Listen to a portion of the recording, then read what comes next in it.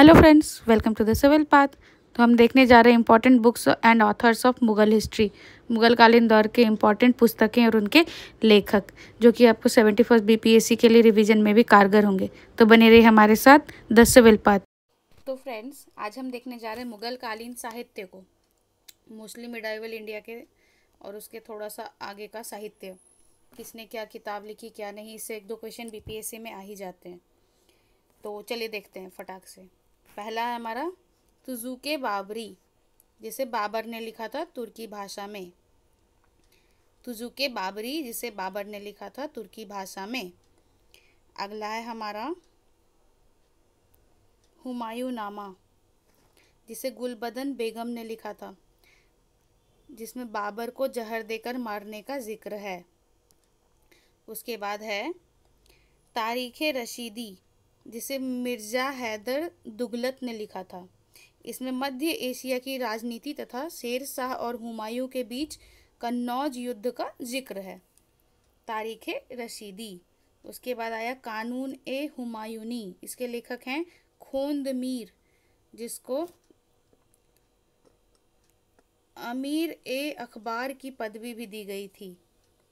फिर अगला है तोहफा ए अकबर शाही, जिसके लेखक हैं अब्बास खां शेरवानी। तोहफा ए अकबर शाही, जिसके लेखक हैं अब्बास खां शेरवानी। उसके बाद अगला है तारीखे शाही, जिसके लेखक हैं अहमद यादगार। तारीखे शाही, जिसके लेखक हैं अहमद यादगार। इसे तारीखे सालातीन ए अफगाना भी कहते हैं। अगला है नफाइस उल मासिर, जिसके लेखक हैं मीर अलाउद्दौला काजविनी। फिर अगला है तारीफ़ अकबरी, जिसे लिखा है आरिफ कंधारी ने। आरिफ कंधारी।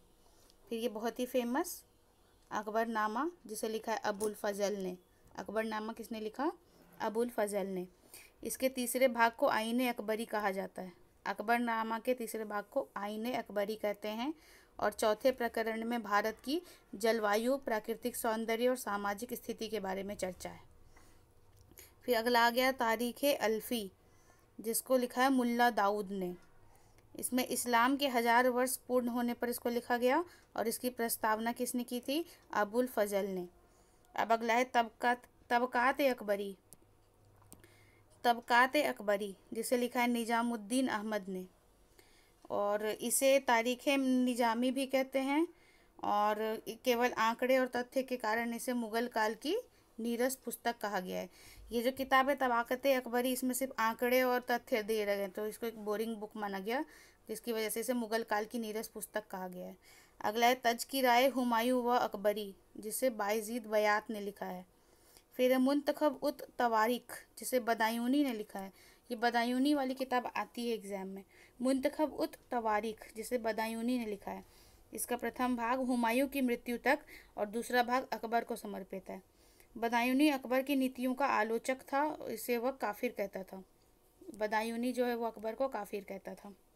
फिर अगला है तुजुके जहांगीर या जहांगीर नामा, ये फारसी में लिखी गई है, जिसे जहांगीर ने लिखा है खुद। तुजुके जहांगीर या जहांगीर नामा किसने लिखा है? जहांगीर ने।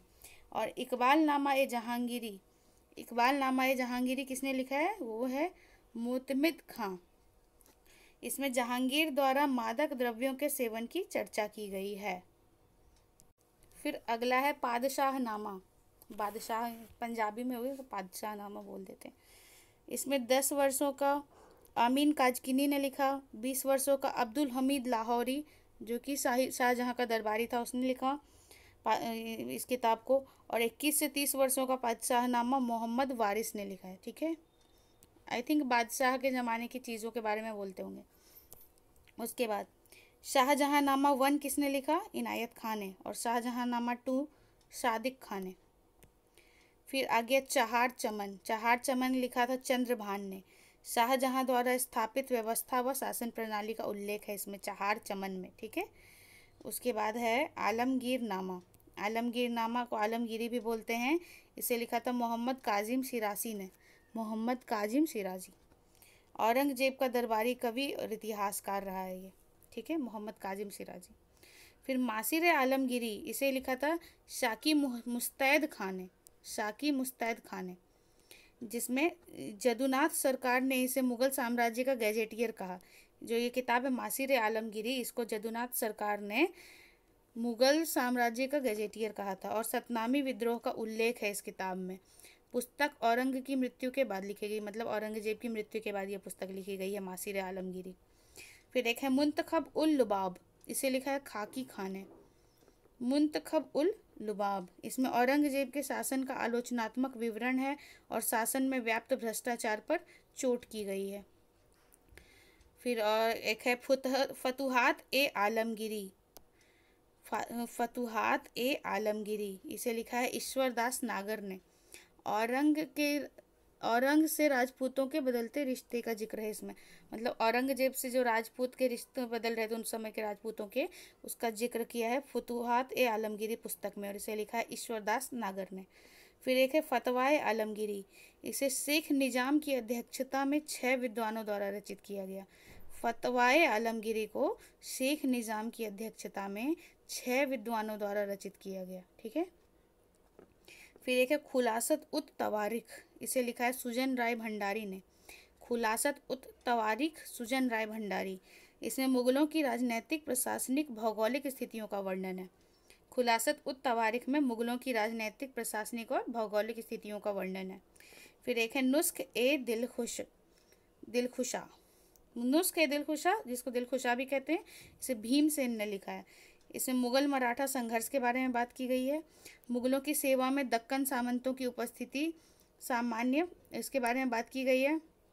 और भीमसेन पहले मुगलों की सेना में थे, बाद में बुंदेलों की सेवा में। ये जो किताब लिखा है ना भीमसेन ने, ये पहले मुगलों की सेना में काम करते थे और बाद में बुंदेलों की सेना में। और आखिरी किताब है वाक़ियात ए आलमगीरी, इसे लिखा है आकिल खान ने। वाक़ियात ए आलमगीरी, जिसे लिखा है आकिल खान ने। इसमें उत्तराधिकार के युद्ध का विस्तृत वर्णन है, उत्तराधिकार के युद्ध का विस्तृत वर्णन है। तो ये जो हमने देखा कि ये मुगल कालीन इंपॉर्टेंट बुक्स थे, उनके ऑथर्स थे, इसको हमने देखा। ये अभी आपकी बीपीएससी परीक्षा को में रिवाइज करने के लिए बहुत ही हेल्पफुल है। और मेरे साथ द सिविल पाथ पर बने रहने के लिए thank you so much. Please subscribe to my Telegram channel also, जहाँ से आपको नोट्स वगैरह मिल जाएंगे, पीडीएफ भी मिल जाएगा। Thank you.